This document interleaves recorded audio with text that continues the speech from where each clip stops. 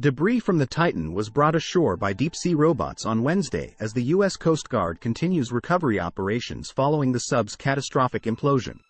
The Titan's wreckage was seen for the first time in pictures after the Coast Guard announced on the 22nd of June that ROVs, remotely operated vehicles, found its chambers in a sea of debris 1,600 feet from the bow of the Titanic, roughly 12,000 feet below the ocean surface. Pelagic Research Services, the company that operated the ROV that made the previous debris findings, said on Wednesday that its team had successfully completed offshore operations and was now in the process of demobilization after 10 days of work. The company said a press conference will be held later in the day. Photos from the wharf show what appear to be several pieces of the submersible being lifted from the ship, including the nose cone with its distinctive circular window. The pieces were unloaded from the American ships Sycamore and Horizon Arctic at a port in St. John's, Newfoundland. The U.S. Coast Guard declined to comment on the investigation or the return of debris to shore. Representatives for the National Transportation Safety Board and Transportation Safety Board of Canada, TSB, which are both involved in the investigation, also declined to comment.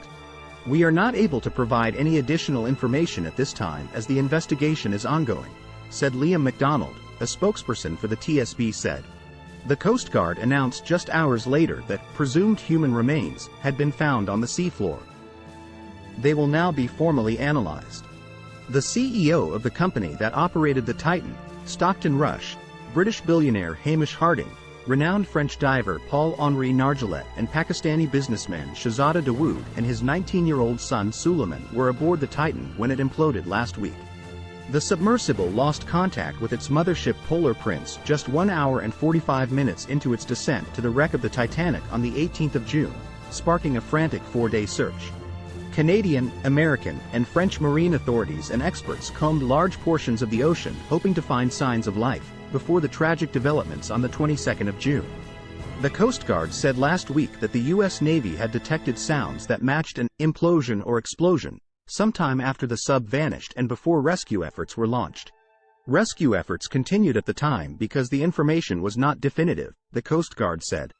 An international group of agencies is now investigating what may have caused the submersible to implode, and U.S. maritime officials say they'll issue a report aimed at improving the safety of submersibles worldwide. The Coast Guard said over the weekend that salvage operations were ongoing, but recovery of the bodies will be difficult due to the unforgiving condition on the ocean floor. A final report will be issued by the International Maritime Organization.